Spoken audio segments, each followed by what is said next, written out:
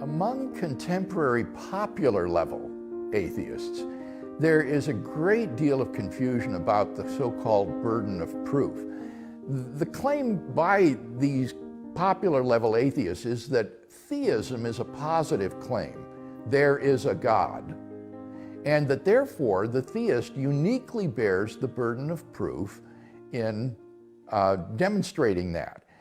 The atheist, by contrast, they claim has nothing to prove because he makes no claim and therefore has no burden of proof at all. Well, this, unfortunately, is just a misunderstanding of atheism. Atheism most certainly does make a claim. Atheism is the claim, there is no God. And that is just as much a claim to knowledge as the claim, there is a God.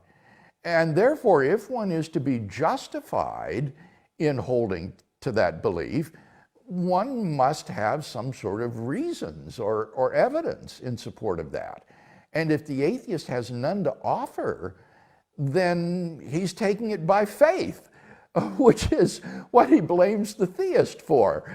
It turns out it's really the atheist that is taking his position by faith. So both of these are claims to knowledge and therefore require justification and argument and evidence to support them.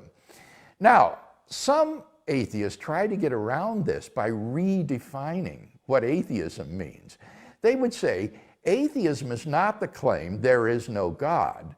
Rather, they would say that the word atheist should be interpreted in the way, say, the word amoral is. That doesn't mean immoral, it just means not moral. So they would say, I'm an atheist.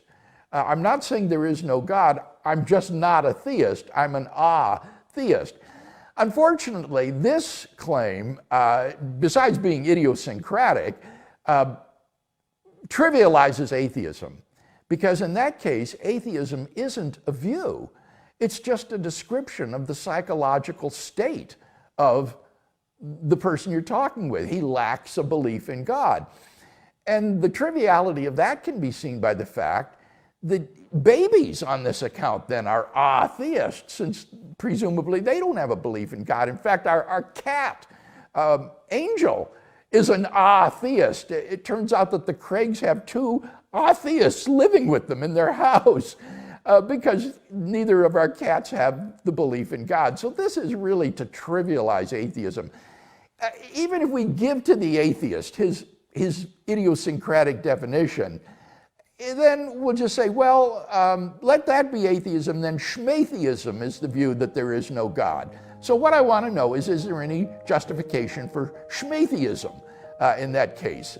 And then the whole debate just starts all over again. So in making a claim to knowledge and making a claim to know something, whether it be that there is a God or that there is no God, a person needs to have justification, and that will involve giving evidence and argument.